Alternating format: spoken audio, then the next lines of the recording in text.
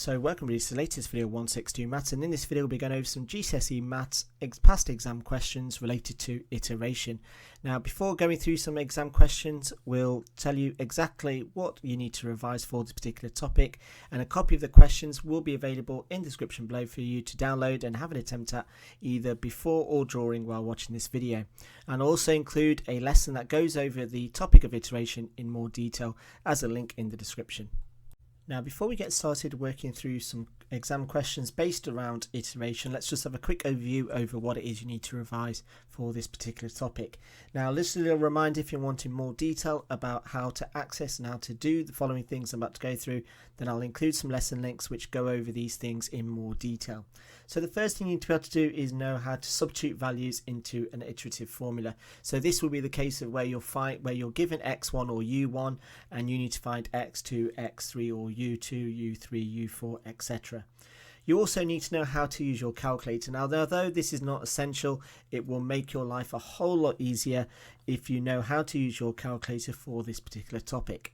You also need to know how to find the solution or the root of an iteration. So again, finding what it tends towards, or the limit is what we tend to call it in more advanced levels of mathematics, and also know how to derive the iterative formula from an equation. Now this doesn't really get asked a lot, so that could mean one or two things: either it's never going to get asked or that it's destined to be asked on the next exam paper.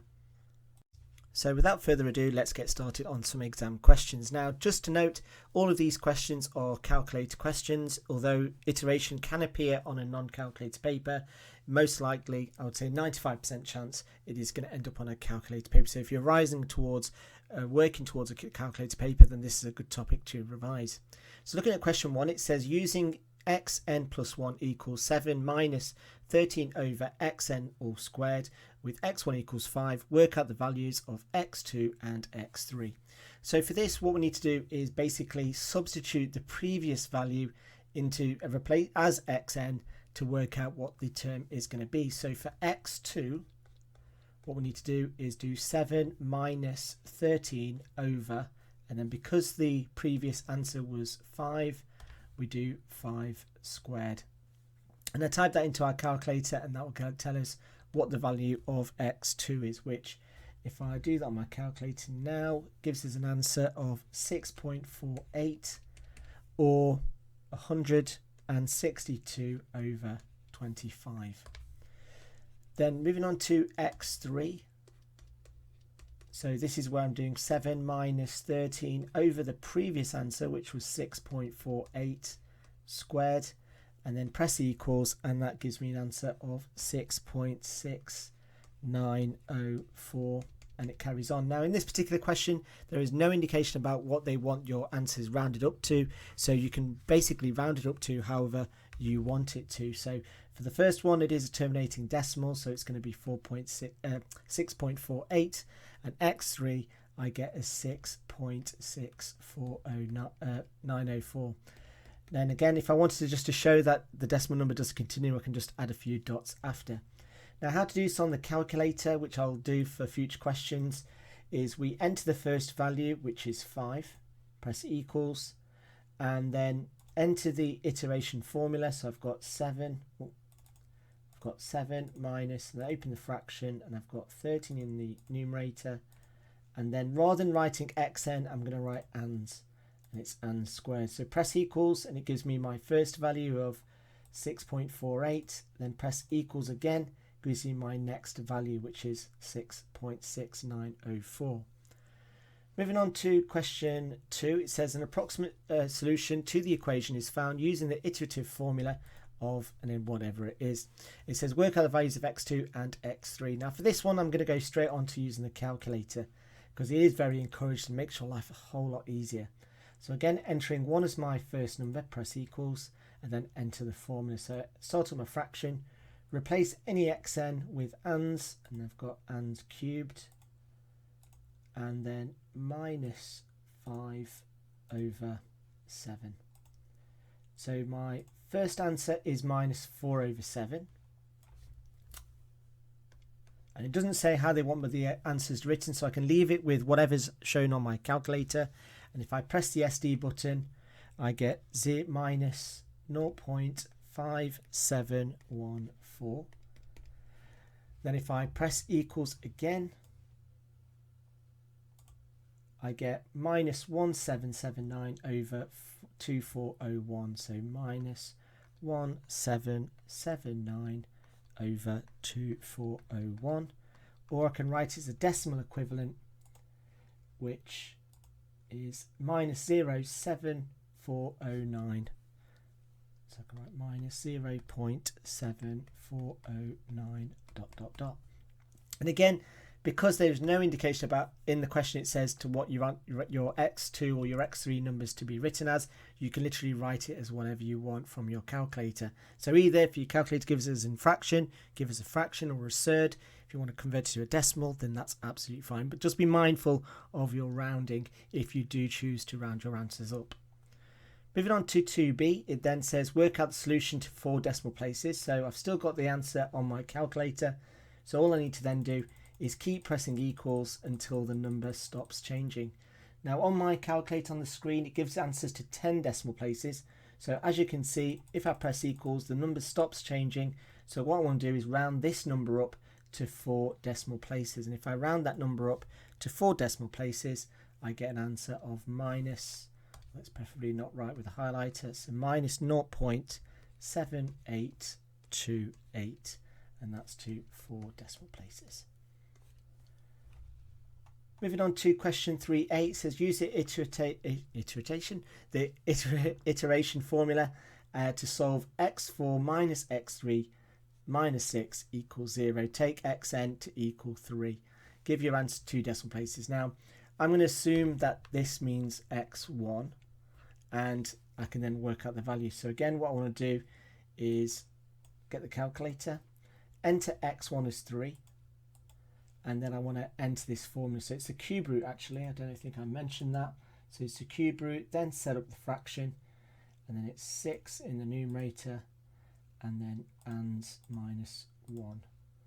And then press equals, and then what I want to do is give this answer to 2 decimal places. So I want to keep pressing equals until the number stops changing, which I'm hoping that it will. Now again, as you can see, I only want the first 2 numbers to stop changing, so I don't need to keep pressing equals as I am. But there it's finally stopped, and then just want to round that number up to 2 decimal places, which is 1.89. And as it's only worth 1 mark, again, you're only going to get marked for the correct answer. It then says verify your answer. Your answer is a solution to the equation. So then all I then need to do for this particular question is substitute the solution. So 1.89 to the power of 4 minus 1.89 to the power of 3 minus 6, and then enter that on the calculator, and it gives me an answer of 0.00862941, which when rounded equals 0. There we go. For the 1 mark, all you want to do is just show that you've substituted 1.89 in, and you'll be fine for that. Moving on to question 4, it says the equation x cubed minus 2x squared minus 5 equals 0 can be rearranged in the following way. Use the iteration formula with x1 equals 2 to work out the first 3 iterations and the solution to 3 decimal places. So again, getting the calculator up, entering the first value, which is 2, and then entering the formula. So I've got the square root, set up my fraction, 5, and then ands plus 2. Press equals, so my second value is going to be 1.180. So again, either give the exact value or the decimal version. So either I can write root 5 over 4 or 1.1180 ...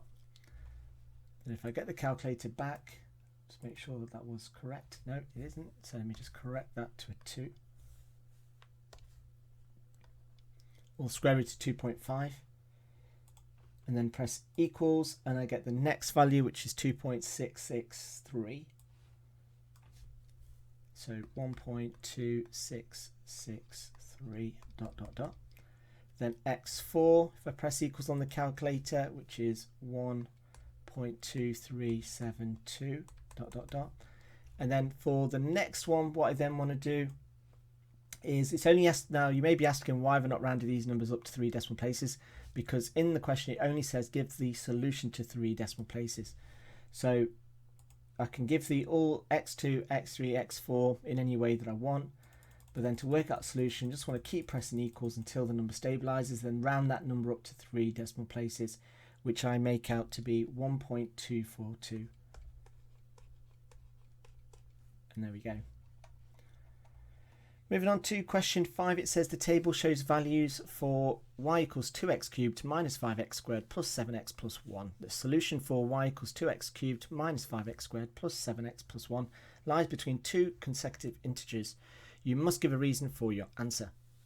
So for this, basically, we want to see a change of sign. So a change of sign is here. So the solution is between x equals minus 1 and 0 as y has a change of sign. And this is the key bit of information here in its value. Probably should have written that green, but there you go. Then moving on to 6a, which sounds a bit weird because, oh yeah, it's question 5. So 6a then says show that solution for x cubed minus 9x minus 3 equals 0 lies between minus 1 and 1. So again, for this, what you want to do is when x, oh, what's happened there? So when x equals minus 1, you just want to substitute minus 1 using brackets if you're using a calculator, and then press equals, in which I should get an answer of 5. Then when x equals 1, I should get an answer of minus 11. And as you can see, I've got a change of sign. And then, so a solution exists between x equals minus 1 and 1. Then moving on to question 6b, it says the equation x cubed minus 9x minus 3 can be rearranged in the following way. Use the following iteration formula with x1 equals 1 to work out x2, x3. So again, getting the calculator back out, we want to enter the first value, so 1 equals, and then enter the formula as it is. So we've got the cube root of 9 bracket ands plus 3, and then equals, so there's our first value, which is 2 point, just get that calculator back up, and we get 2.2894. And then my x3 value is 2.8685 ... Then moving on to question 7, it says the quadratic equation of x squared minus 2x minus 6 equals 0 can be rearranged, and we've got our rearrangement. It says the iteration equation can be used to find the positive root, starting with x1 equals 3, work out x2 and x3 to 4 decimal places. So again, getting the calculator back out, entering my first value, which is 3, press equals, and then enter the formula. So I've got the root of 2 bracket ands plus 6 equals, so my first value is 2 root 3, which is 3.346. Now it does say for me to round those numbers up to 4 decimal places. So this is going to be 3.4641. And then depending on which value of x2 you've used, either the exact value or a rounded answer, my next answer will be 3.596. So 3.5956, but they would allow 3.5, oh, don't know what's happened there, 5955. So if you substituted a rounded answer, you may not get the exact answer, but generally speaking, if you do use your calculator, you'll get those two numbers rounded to 4 decimal places. Then for 7AII, it says use your calculator to continue the iteration to find the positive root to 3 decimal places. So keep pressing equals until the number stabilizes, and then we'll want to round this number up to 3 decimal places, in which I get an answer of 3.646.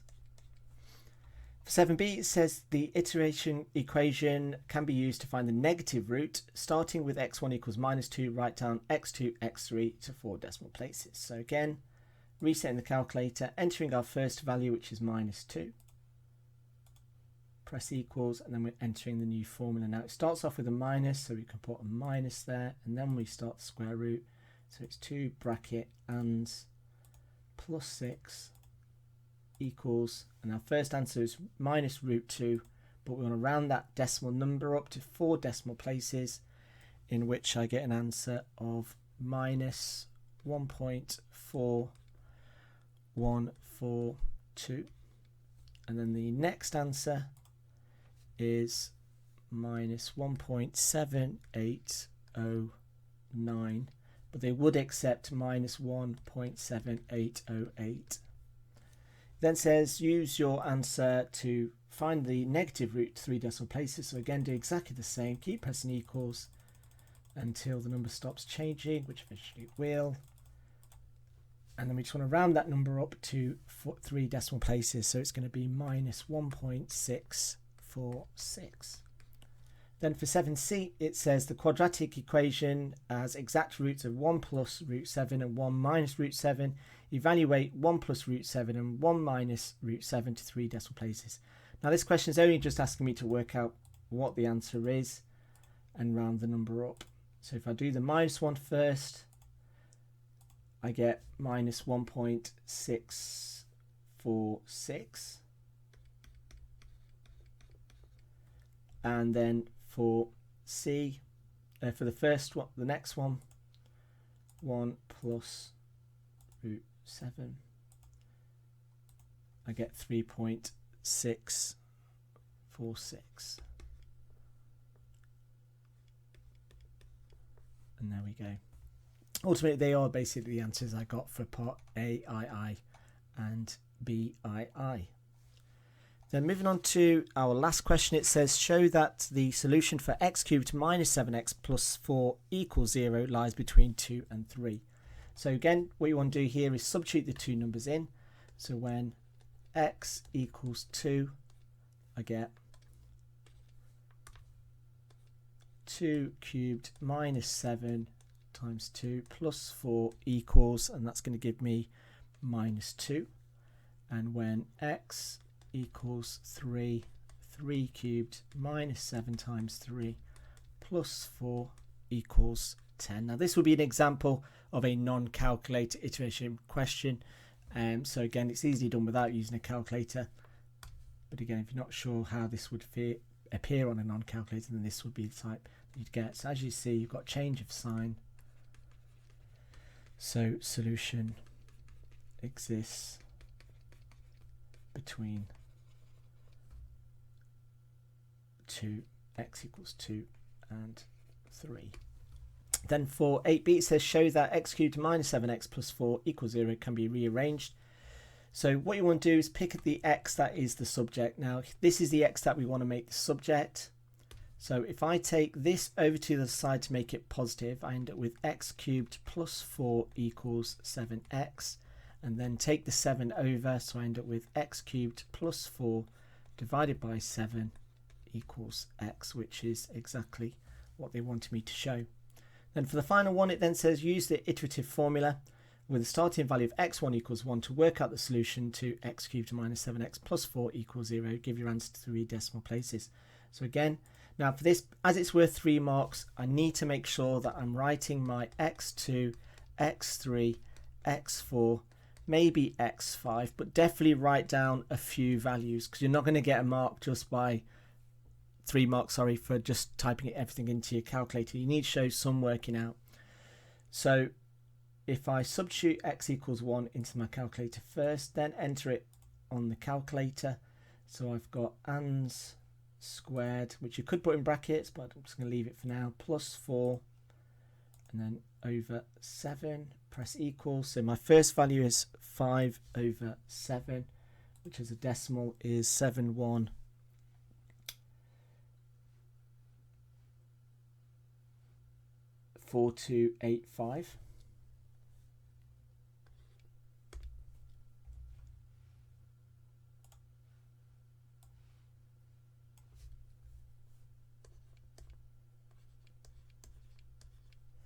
And then pressing equals again, it gives me 0.6443. Then my next value is going to be 0.6307. And then next value is 0.6282. And then once you've written down a few values, you can then go crazy with your equals button until the calculator stops changing. As you can see there, then I want to round that number up to 3 decimal places, so I get a final answer of 0.628, and there we go.